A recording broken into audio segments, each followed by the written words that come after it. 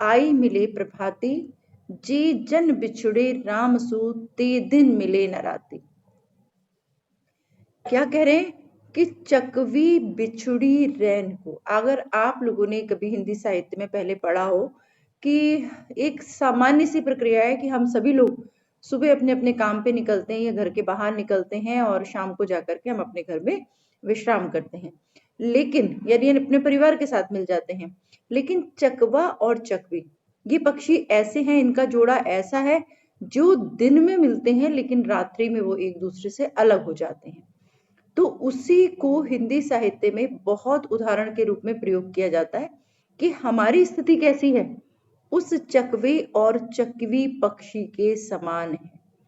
चकवी बिछड़ी रैन को, चकवी जो है, जो लेडी है उसमें मादा जो पक्षी है, वो रात को अपने प्रिय से अलग हो जाती है, लेकिन आई मिले प्रभाती। प्रभात माने जब प्रातः काल होती है, सुबह होती है, तो वो पुनः चकवे पक्षी के साथ उसकी भेंट होती है, वो मिलती है। लेकिन हमारी स्थिति कैसी है, जी जन बिछुड़े राम सु। हम सब लोग, आप और हम जैसे लोग क्या होते हैं, बिछुड़े राम। कौन से राम? मैंने आपको पहले भी बताया, निर्गुण निराकार ईश्वर जो है, उन्होंने उसको राम का नाम दिया है। ठीक है, तो जी जन, जी मने जो, जन मने मनुष्य, जो मनुष्य आप और हम जैसे सामान्य मनुष्य, जिन्होंने उस परमात्मा से, उस निर्गुण निराकार ईश्वर से अपना संबंध विच्छेद कर दिया है। सिर्फ स्वार्थ के समय हम मिलते हैं, बाकी हमें कोई आवश्यकता नहीं।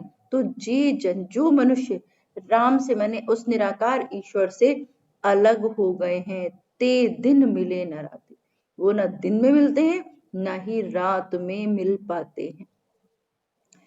कहने का तात्पर्य क्या है कि अगर हमें ये अनुमान है, अगर हम ये अच्छी तरह जानते हैं कि ईश्वर से हमारा मिलन दिन या रात का मिलन नहीं है, हमारा मिलन प्रतिपल का मिलन है। अगर हम उसे याद करते हैं तो वो सदैव हमारे साथ है, और यदि हमने उसको भुला दिया है तो किसी भी पल वो हमारे साथ नहीं है।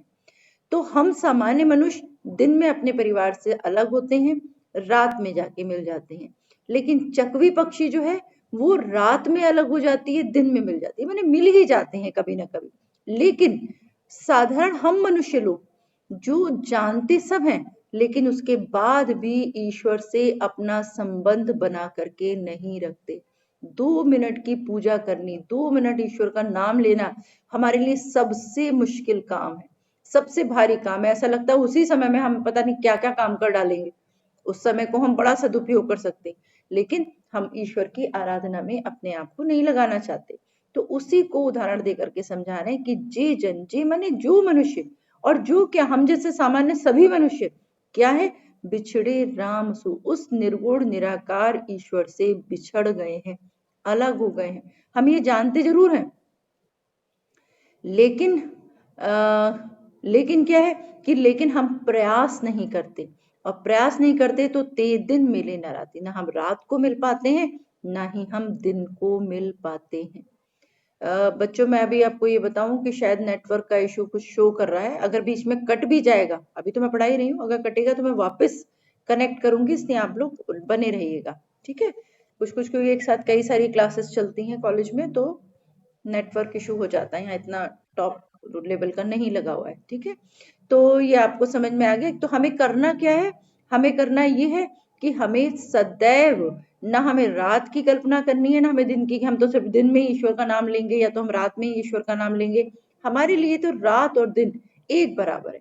हमें मंदिर में नहीं बैठना, हमको जरूरी नहीं है कि हम उसके लिए पूजा आसन बिछा के और माला लेके और इसी तरह बैठे।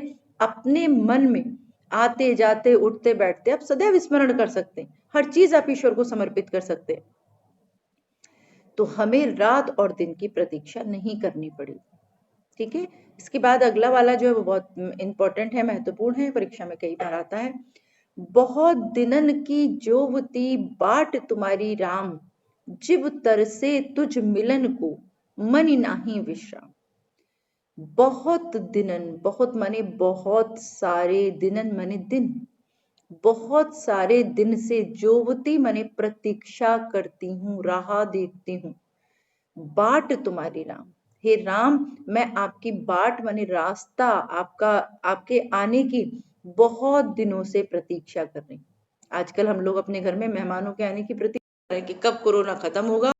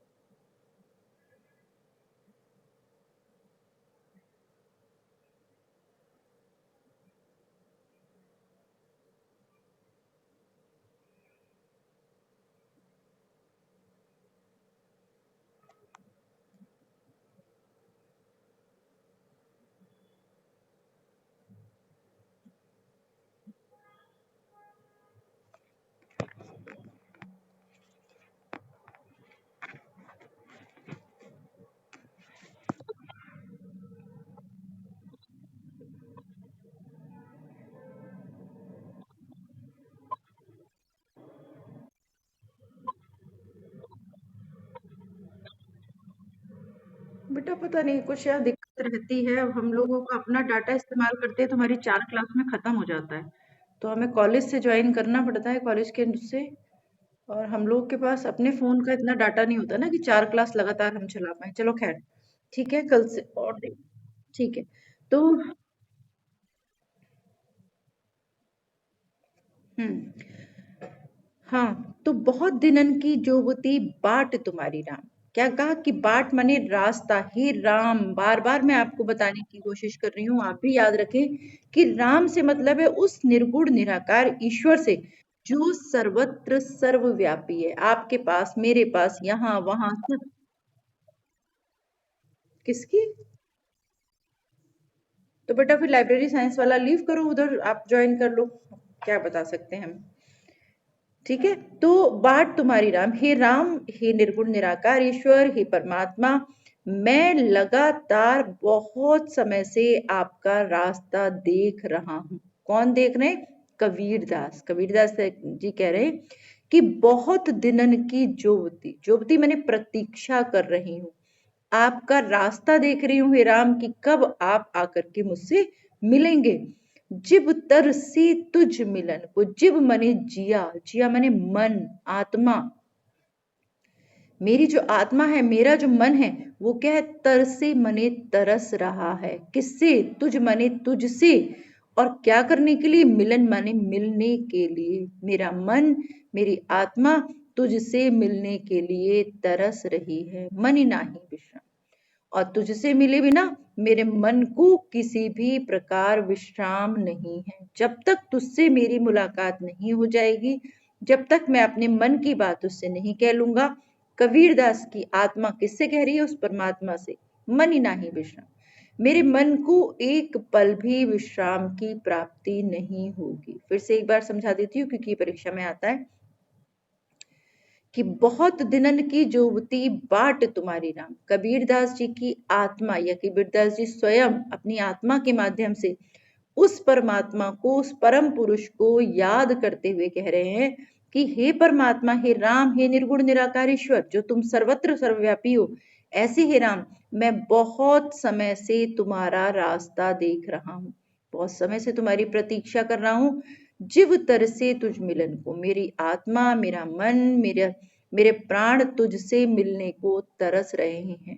क्योंकि मैंने ये जान लिया है कि तेरा साथ है तो इस जीवन को सार्थक बनाया जा सकता है, अन्यथा ये निरर्थक इसी प्रकार की दौड़ धूप करके जो हम और आप करते रहते हैं, बस फालतू के काम, इस कामों को करते हुए मुझे ये जीवन व्यतीत करना पड़ेगा। तो मेरा मन तुझसे मिलने को तरस रहा है, मन ही नाही विश्राम। जब से तुझसे मुलाकात नहीं होगी, जब तक मेरी आत्मा को परमात्मा से भेंट नहीं होगी, तब तक मेरे मन को विश्राम की प्राप्ति नहीं होगी, आराम नहीं मिलेगा। इसके बाद आपका यह तन जालो मसी करो, ज्यों धुआ जाई सरग्गी, मत वे राम दया करी बरसी बुझावो अग। अगर कहीं आग लग जाए तो हम क्या करते हैं? सबसे पहला काम पानी डालते हैं, आग को बुझाने का प्रयास करते हैं। तो वही चीज कबीरदास जी कह रहे हैं कि मैं तुम्हें याद करते करते, हे परमात्मा, याद करते करते इतना समय हो गया, लेकिन फिर भी तुम्हारी और मेरी मुलाकात नहीं हुई है। तो क्या क्या कहते हैं? यह तन जालो मसी करो। तन माने इस शरीर को, यही माने यह माने इस तन मने शरीर को, जालो मने जला करके, मसी मने राख, करूं मने कर दूंगा। इतना याद करूंगा मैं तुझे, इतना स्मरण करूंगा, भौतिक विषय वासनाओं से मैं अपने मन को पूरी तरह अलग कर दूंगा। तब क्या होगा? मेरा मन सिर्फ तेरे प्रति समर्पित रहेगा। और जब हम एक चीज की प्रति लगन लगा लेते हैं, तो उस लगन के कारण बाकी भौतिक सुख साधनों से हमारा मन हट जाता है। तो कबीरदास का सिर्फ क्या मन है? कि उस परमात्मा को मुझे प्राप्त करना है। ये जीवन को अगर सफल बनाना है तो उस परमात्मा से तो भेंट करनी ही पड़ेगी। तो वही बात कह रहे हैं कि मैं इतना याद करूंगा, इतना याद करूंगा तुझे, सब भौतिक चीजों को, सुख साधनों को भूल जाऊंगा। तो यह तन जालव मसी करो, इस तन को, इस शरीर को जला करके मैं मसी मने राख बना दूंगा। क्योंकि जब मुझे की किसी चीज के प्रति रुचि ही नहीं होगी, तो मेरा मन तेरे प्रति समर्पित रहेगा। और क्या हो जाएगा? जब मैं जलाऊंगा अपने शरीर को, तो जलाने से मतलब आग लगाने से मतलब नहीं है। जलाने से मतलब है अंतरात्मा के अंदर उसकी याद की, स्मृति की आग लगा देना कि बस तुझे ही याद करना है मुझे। तब क्या होगा? ज्यों धुआं जाई सरक की, तो मेरे हृदय से, मेरी आत्मा से जो धुआं निकलेगा, धुआं माने आहा, आहा माने निश्वास, माने जब हम किसी को याद करते हैं तो कई बार आंसू भी निकलते हैं, कई बार रोना आता है, कई बार हम उसे मन ही मन पुकारते हैं, हमारा मन किसी और काम में नहीं लगता। तब क्या होता है? तो इस प्रकार जब मेरा मन तेरे लिए तड़पेगा, तब क्या होगा? धुआं जाई सरगी, जिस स्वर्ग में तू बैठा है, लोग कहते हैं स्वर्ग का वासी है, तो जिस स्वर्ग में तुम बैठे हो, वहां मेरी आत्मा के जलने का या मेरी आत्मा के दुख मानने का, प्रताड़ित होने का जो धुआं है वो तुझ तक पहुंचेगा। तब क्या होगा? मत वे राम दया करी, तब हे राम, हे निर्गुण निराकार ईश्वर, शायद आपको मुझ पर तरस आएगा। तब आपको लगेगा कि मैं आपकी याद में विचलित हूं, तब आप शायद मुझ पर दया करेंगे, मेरी बात को समझने की कोशिश करेंगे। और अगर आपने मेरी पीड़ा को, मेरे दर्द को समझ लिया, तब क्या करेंगे? बरसी बुझावो अग्नि, अपने प्रेम की वर्षा करके मेरी अंतरात्मा में जल रही उस वियोग की अग्नि मने आग को बुझावे मने बुझा देंगे। अगर हम ये मानते हैं कि हम किसी के प्रति पूरी तरह समर्पित हैं, तो एक ना एक दिन वो भी हमारे समर्पण को समझ ही जाता है। तो कबीर की आत्मा पूरी तरह किसके प्रति समर्पित है? उस परमात्मा के प्रति पूरी तरीके से समर्पित है। और जब वो पूरी तरह समर्पित है तो वो क्या है कि वो चाहती है कि शीघ्र ही उसकी मुलाकात उस परमात्मा के साथ हो जाए। फिर से एक बार देख लीजिए कि यह तन जालो मसी करे, हे परमात्मा, तेरी स्मृति में, तेरी याद में, तेरे प्रतीक्षा करते करते मैं इस शरीर को तेरी याद में जला करके राख कर दूंगा। और जब मेरी आत्मा जलेगी, जब मेरा मन जलेगा, मैं तुझे ही याद करता रहूंगा, तो वो जो आह निकलेगी मेरे मन से, जो वेदना निकलेगी, उस वेदना का धुआं जो है वो स्वर्ग में तेरे पास जा मिलेगा, तुझ तक पहुंचेगा। और हे राम, शायद तब आपको मेरी पीड़ा का एहसास होगा और आप दया करके मेरी उस पीड़ा को कम करने के लिए, मेरे दुख को, वेदना को कम करने के लिए क्या करेंगे? बरसी बुझावो अग्नि, वर्षा करेंगे। और किस चीज की वर्षा करेंगे? अपने प्रेम की, अपने स्नेह की, अपने अपनेपन की। जब आप वर्षा करेंगे तब मेरी ये अंतरात्मा सुख की प्राप्ति कर पाएगी। हाँ, फिर इसके बाद कहते हैं कि हंसी हंसी कंत ना पाइए, जिन पाया तिन रोए, जे हांसी ही हरी मिले, तो नहीं दुहागिनी कोई। अब आप ऐसे ही सोचते रहे कि मैं किताब तो खरीदूं नहीं, कभी भी क्लास करूं तो करूं, ना करूं तो ना करूं, लेकिन नंबर मेरे 100 में से 100 आने चाहिए, मैं पढ़ूं या ना पढ़ूं। तो मुझे तो लगता नहीं कि ये किसी भी तरह पॉसिबल है, क्योंकि किसी भी चीज को संभव बनाने के लिए हमें अपने आप को समर्पित करना होता है। आपको किताबें भी खरीदनी पड़ेंगी, आपको प्रतिदिन पढ़ना भी पड़ेगा, आपको क्लास भी अटेंड करनी पड़ेगी, आपको क्लास के अतिरिक्त भी पढ़ना पड़ेगा, तब आप उम्मीद कर सकते हैं कि आपको अच्छे अंक प्राप्त हों। तो ये चीज बताने की कोशिश कर रहे हैं यहाँ पर कबीरदास जी कि अगर आप परमात्मा को प्राप्त करना चाहते हैं तो आपको ये तो बड़ा, हाँ मैं भी अच्छा, वो परमात्मा के लिए लगा हुआ है, चलो मैं भी प्राप्त करूंगा, लेकिन ऐसे प्राप्त नहीं होता। तो हंसी हंसी कंत ना पाइए, हंसते हंसते, हंसते खेलते अगर कंत मने प्रिय प्राप्त हो जाए तो बात ही क्या है? ईश्वर रूपी प्रिय को, या अपना, हम जिसके प्रति बहुत लगन लगाते हैं, बहुत समर्पण भाव रखते हैं, किसी भी समर्पित, किसी भी चीज को प्राप्त करने के लिए हमें समर्पण करना पड़ता है, समर्पित होना पड़ता है, चाहे वो काम हो या कोई व्यक्ति हो। तो हंसी हंसी कंत ना पाइए, कंत माने प्रिय परमात्मा, उसको हंसते खेलते, आपते सोते जागते, घूमते पिक्चर देखते, इधर उधर मटर गश्ती करते हुए हमें ईश्वर की प्राप्ति नहीं हो सकती। जिन पाया तिन रोए, जिसने भी प्राप्त किया है, बड़े बड़े ऋषि महात्मा, बड़े बड़े महापुरुष हुए, उन्होंने पाया है तो तन रोए, तन को रुला दिया है, इतनी तन को, मन को इतनी पीड़ा दी है। सारी भौतिक संसाधनों से अपने मन को हटा करके अगर ईश्वर के प्रति लगाया है तो कष्ट होगा इस शरीर को, क्योंकि शरीर को आदत नहीं है, मन को आदत नहीं है कि हम सब चीजों का परित्याग कर दें। तो जब हम किसी भी चीज का त्याग करेंगे तो हमें कष्ट होगा, और जब कष्ट होगा तभी हम अपनी प्रिय चीज को प्राप्त कर सकते हैं। अभी सुबह सुबह न्यूज़पेपर देख रही थी मैं, तो मैंने देखा उस न्यूज़पेपर में एक फोटो दिया हुआ था कि केदारनाथ में, इस समय केदारनाथ, बद्रीनाथ बहुत बर्फ पड़ रही है, तो केदारनाथ में मंदिर के आगे एक महात्मा पूरी सर्दियों तपस्या करते हैं, और उनको लिखित में, क्योंकि वहां जाने की किसी को परमिशन नहीं होती, इतनी बर्फ गिरती है, तो उनको लिखित में सरकार से परमिशन लेनी होती है, और वो मंदिर के आगे बर्फ के बीच में गड्ढा खोद करके वहां बैठ करके तपस्या करते हैं, और उनके लिए चाय और बाकी चीजों का जो जरूरी आवश्यक सामान होता है वो सेना बीच बीच में पहुंच जाती है, क्योंकि काफी समय के लिए रास्ता कट जाता है। तो कोई भी सहज सोच सकता है कि सर्दी के मौसम में कम वस्त्रों में उसके बर्फ के बीच में बैठ करके पहाड़ पर अगर कोई अपनी लगन ईश्वर से लगा रहा है, तो फिर तो या तो ईश्वर उसे पार लगा देगा या आर लगा देगा, यानी या तो उसको अपना भक्त मान करके उसको अपना दर्शन देगा, अन्यथा उसकी जीवन लीला समाप्त कर देगा। यूं ही सहज रूप से ये पूजा नहीं हो सकती।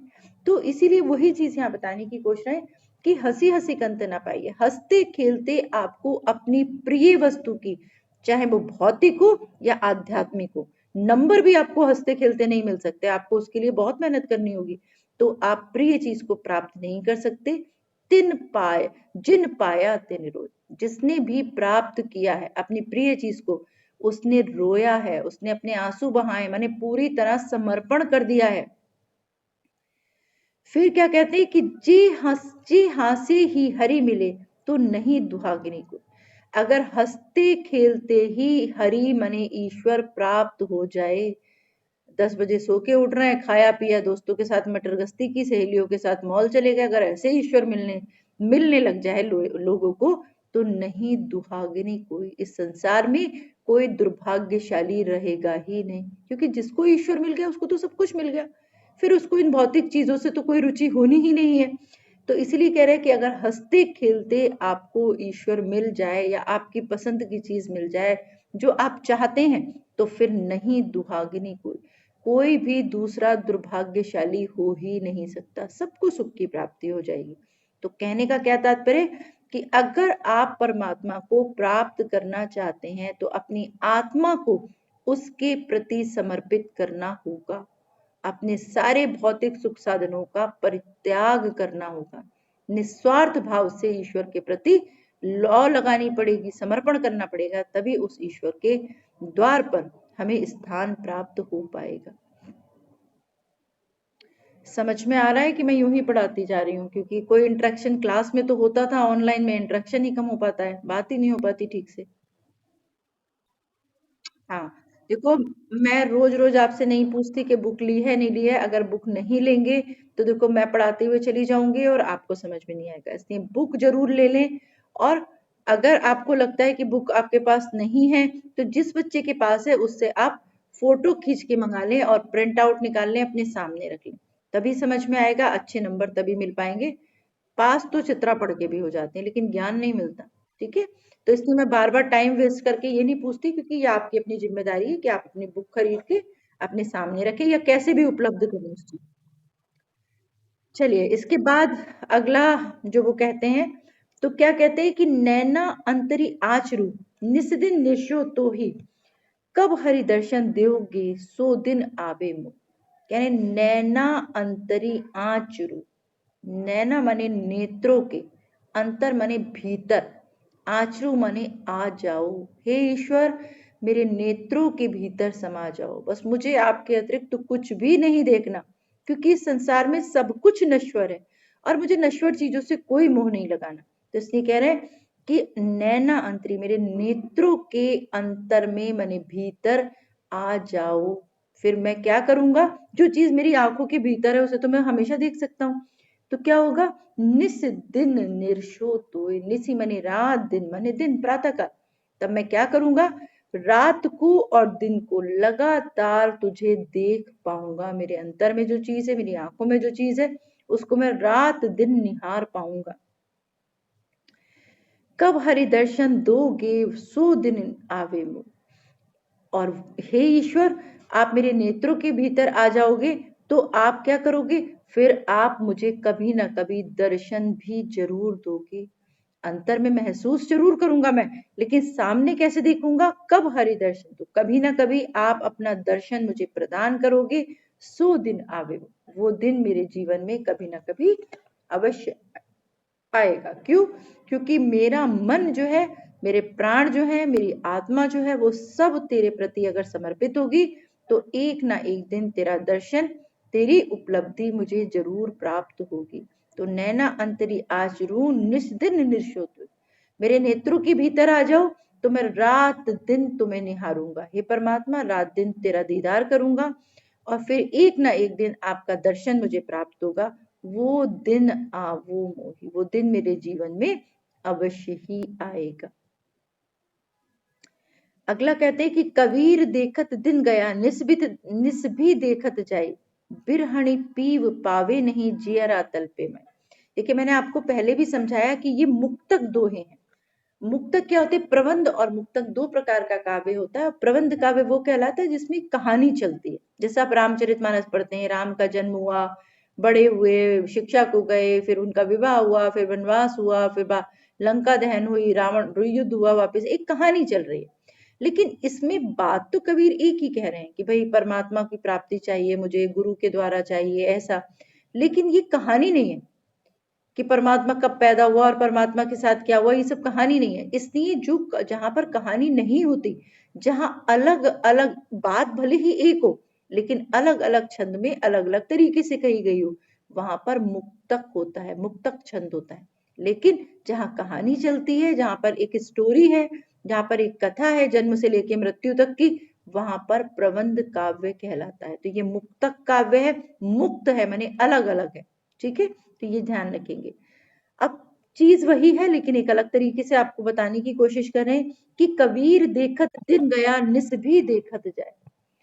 हमारे दिन और रात, हमारा जीवन इसी चक्र में व्यतीत होते हुए समाप्त हो जाता है। दिन निकलता है, काम करते हैं, रात हो गई, सो गए, अगला दिन फिर निकला, फिर वही रूटीन वाले काम है, फिर रात हो गई। ऐसे करते करते दिन महीने साल बीतते चले जाते हैं और एक दिन हम अंतिम अवस्था तक पहुंच जाते हैं। तो अब यहाँ पर दिन और रात से क्या तात्पर्य? यहाँ पर दिन से तात्पर्य है युवावस्था से, और रात से तात्पर्य है वृद्धावस्था से। अब बहुत सारे काम ऐसे होते हैं जो हम युवावस्था में बहुत आसानी से कर पाते हैं। कोई मेहनत का काम करना है, नौकरी करनी है, कहीं आना जाना है, तो हम सहज रूप से कर लेते हैं। लेकिन जब वृद्धावस्था होती है तो हमारे हाथ पैर काम करना बंद कर देते हैं, बीमार हो जाते हैं हम लोग, तो वही काम जो हम बड़े साधारण तरीके से करते थे, वो काम हम लोग नहीं कर पाते, है ना। साधारण सी चीज है जो आप सब जानते हैं। तो यहाँ पर उसी युवावस्था और वृद्धावस्था को दिन और रात के साथ बताया गया है। क्या कहते हैं कि कबीरदास जी कहते हैं कि कबीर देखत दिन गया, देखते ही देखते दिन खत्म हो गया, अर्थात मेरी युवावस्था बीत गई। हम और आप युवावस्था में सोचते हैं अरे ईश्वर को क्या याद करना, अभी तो और बहुत सारे काम है, जब बूढ़े होंगे तब देखेंगे काम ही क्या होगा, बिस्तर पे बैठे बैठे राम का नाम लेंगे। लेकिन तब ईश्वर भी आपको नहीं सुनेगा। क्यों नहीं सुनेगा? क्योंकि वो जानता है कि अब आप मतलब ही हैं, मतलब के कारण याद कर रहे हैं आप। तो कबीर देखत दिन गया, कबीरदास जी कहते हैं मेरी युवावस्था सारी देखते ही देखते बीत गई। साल 2 साल होते होते 50 साल का हो गया, मेरा तो समय ही खत्म हो गया। निस भी देखत जाए, निशी मानी वृद्धावस्था आ गई, वृद्धावस्था रूपी रात वो भी आ गई है, और लगता है कि वो भी ऐसे ही प्रतीक्षा करते करते बीत जाएगी। लेकिन विरहणी पिब पावे नहीं, विरहणी माने वियोग से ग्रसित, दुख मानती हुई, किससे दुख मान रही है, किससे वियोग हो गया? उस परमात्मा से। तो हे परमात्मा, तुझसे अलग हो करके मेरी आत्मा जो वियोगी हो गई है, अलग हो गई है, उसने अब तक पिब पावे नहीं, अपने प्रिय परमात्मा को प्राप्त नहीं किया है। जवानी भी बीत गई, युवावस्था भी बीत गई, बचपन भी बीत गया, बुढ़ापा भी बीत ही जाएगा, क्योंकि अब तक मैंने वो प्रयास ही नहीं किया, अब तक मैंने वो लगन ही नहीं लगाई कि मैं तेरे साथ जुड़ पाऊं, मेरी आत्मा को उस परमात्मा का दीदार हो पाए। इसीलिए क्या हो रहा है? जियरा तलपे माई, जियरा माने जी, मेरी आत्मा, मन, प्राण, मेरा क्या हो रहा है? तलपे माने तड़प रहे हैं, व्याकुल हो रहे हैं। तो मेरी आत्मा, मेरे प्राण व्याकुल हो रहे हैं, क्योंकि मेरा बचपन, मेरी जवानी तो बीत ही गई, और वृद्धावस्था भी, बुढ़ापा भी मेरा बीत ही जाएगा। अब तक मेरी आत्मा को उस प्रिय प्रिय परमात्मा के दीदार नहीं हुआ, दर्शन नहीं हुआ। जियरा तलपई माई, मेरा जी, मेरी आत्मा, मेरे प्राण, मेरा मन यूं ही तेरी याद में तड़पता रह गया है। तो मुझे लगता है क्लास का टाइम भी पूरा हो गया है, तो अगर आप लोग कुछ कहना चाहते हो तो आप मुझे बताइए, और नहीं तो फिर हम कल क्लास करेंगे। हम्म। लाइब्रेरी कार्ड स्कूल से नहीं कॉलेज से बनेगा, आप कॉलेज में पढ़ते हैं अब। और कॉलेज से अभी नहीं बनेगा क्योंकि अभी तक एडमिशन का प्रोसीजर पूरा खत्म हुआ है। और उसके बाद जो आपकी लाइब्रेरी साइंस की मैम है वो एक नोटिस डालेंगी तो आप लोगों को सर्कुलेट कर दिया जाएगा, क्योंकि दिन होता है आप लोगों के लिए। अभी तो आप कॉलेज आ ही नहीं रहे, तो आपके लिए दिन और टाइम होता है इस समय पर। इस दिन और इस टाइम पे आकर के आप लोग अपनी बुक ले सकते हैं। तो इसलिए जब वो नोटिस डालेंगी तो हम लोग आपको बता देंगे, तब आप आकर के, ठीक है। कल वापस मिलते हैं, अगर बुक नहीं ली हो तो ले लीजिएगा ताकि पढ़ पाए, और ले ली है तो बहुत अच्छी बात है।